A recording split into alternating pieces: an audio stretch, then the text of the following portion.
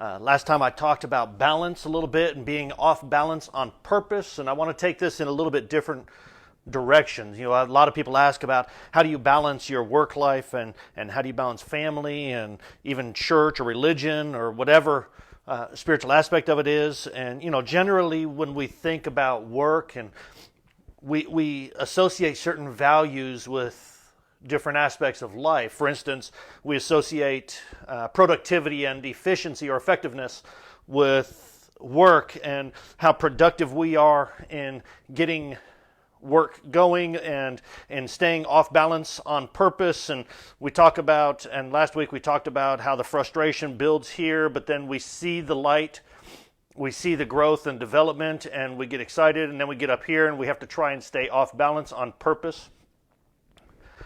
And then whenever it starts to go off and we start to go downhill a little bit, we start to get frustration. All of those things mount. And typically, we really start focusing on balancing work and family when we get into this area of frustration and anxiety, because now we have to put more time into work or more time into some other aspect of it, and we begin to disassociate with family, and we compartmentalize work, family, religion. So I'm going to write those down.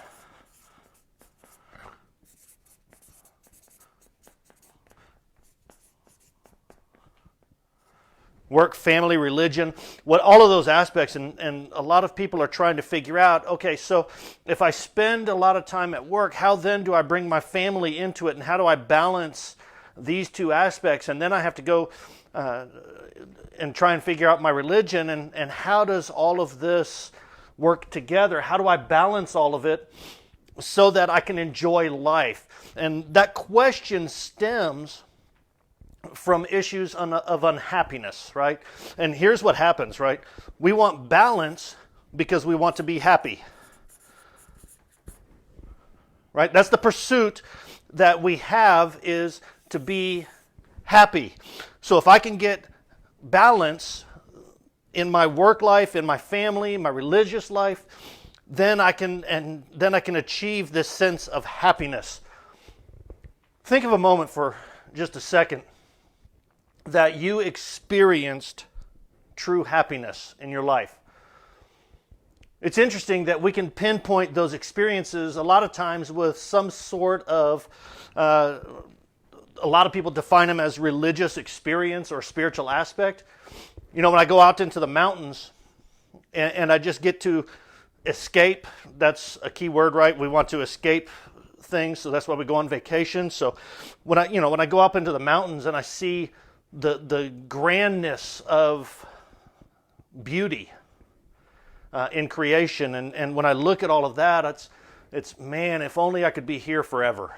Right? If I could be at this moment and experience this moment forever, it's almost like a spiritual awakening or even a spiritual renewal. And those are the moments that we define, man, I was happiest. Or maybe it was with a family member or a family situation, that a birth of a child. Man, if I could have this experience all the time. Right? When my daughters were born, it was a moment of undescribable joy, because something about life coming into the world and creating life and having some sort of aspect of that. And happiness has a general center around one of two things, either creation or redemption, right? If we can create something or redeem something, those are things that bring happiness and satisfaction. And we search for happiness really because that's what we're meant to be. You are meant to be happy. And you're not experiencing that happiness because this is not integrated. So let me talk about that for a minute. When we're looking or talking about trying to balance work and family and religion, we're looking for something that we can define or do or experience that we call balance. And that's actually the wrong word to be using for these things and to search for even a sense of happiness, happiness doesn't come from balance. Happiness comes from integration. Integration is recognizing that the values we associate with work, like productivity or efficiency, and the values that we associate with family, like relationships and giving, or even with religion, with altruism, those values are not separate values. We have a tendency to isolate them and compartmentalize each into the specific areas, but those are not areas that the values are not isolated to those areas. We have to integrate all of those values, all of these experiences into an integrated life. Some people call it having a sense of flow, where you are, and here's a key word, present in the experience. A lot of times we take and we have stuff going on at work that when we come home and we are with our family, we continue to work at work and we're bringing it with us. And a lot of people say, well, how do you separate that? And the point isn't to separate it. The point is to be present. The point is to be present. Whenever you leave work, you still have things going on, things that are happening, right? And for some of you, work doesn't shut off. Your business continues to go. It's a 24/7 thing. So shutting it down isn't the issue. The issue is whether or not you can be present whenever you're at work and whenever you're with your family, and all of these are centered in an integrated life. So how do you do that? How do you integrate all of these aspects into living one life that helps you become happier? Let's try this. I generally, and all of us do, we all have a routine that we go through.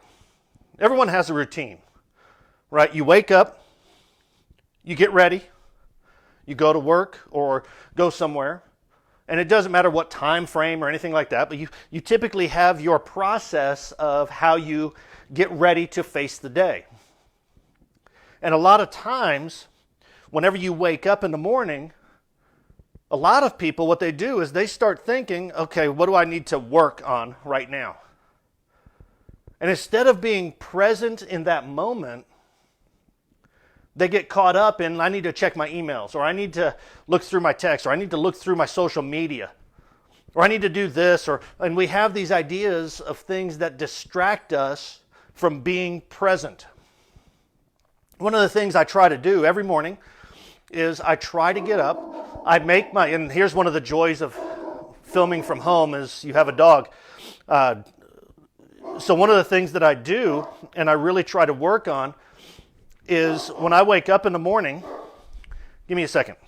What I do in the morning is I wake up, I go in, brush my teeth, make the bed. It was funny, this is a little side note, there's a general that talks about, and a book that talks about this, make your bed. Because at least if you don't accomplish anything else, you've accomplished that, right? So I make my bed. I have accomplished one thing now. I go in, I get my coffee, and then I just sit down and I rest. I wake up, I drink my coffee, I sit in peace for a moment. I do play with my dog a little bit and throw his rope. Generally, I go outside on the patio and I just allow nature to work.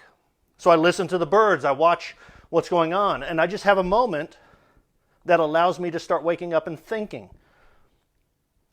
I try to be present with my spouse and interact in there.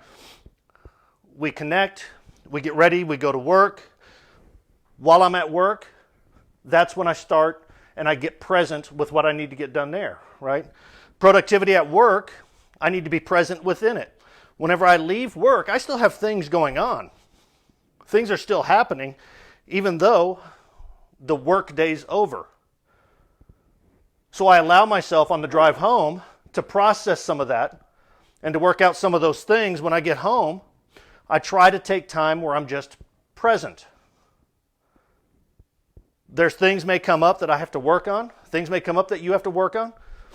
But if you take those moments and you're present, not distracted by something else, whenever those moments come that you have to do work while you're at home or anything else, you can actually integrate all of those aspects into your life.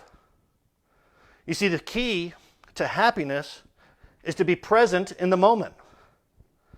If you're not present, if you're disconnected, then you're always searching for something else. Here's the other thing, is if you're and trying to integrate all of these aspects to it, if you're looking for someone to help fill some aspect of this that you're not getting, then you're also looking and you're not actually present because you're not really paying attention to how you can integrate yourself. You see, integration is about acknowledging that your work, your family, your religious, all of these activities, whatever it might be, are all part of who you are and how you live your life. Right? So to integrate all of these, you need to say, or you need to work on yourself and recognize and be mindful of yourself and what you're thinking and what you're doing. Whenever you're at work, you're present at work. Whenever you're at family or with your family, you're present with your family. Present means that you're there. You know, there's a movie, Avatar, one of the signs or one of the statements in that movie is, I see you for who you are. I'm with you, right? You can be at home and not be with your family. Be with your family. Be present. Take those times. That's what integration is about. That will help you experience not balance, but what you're really looking for, which is happiness.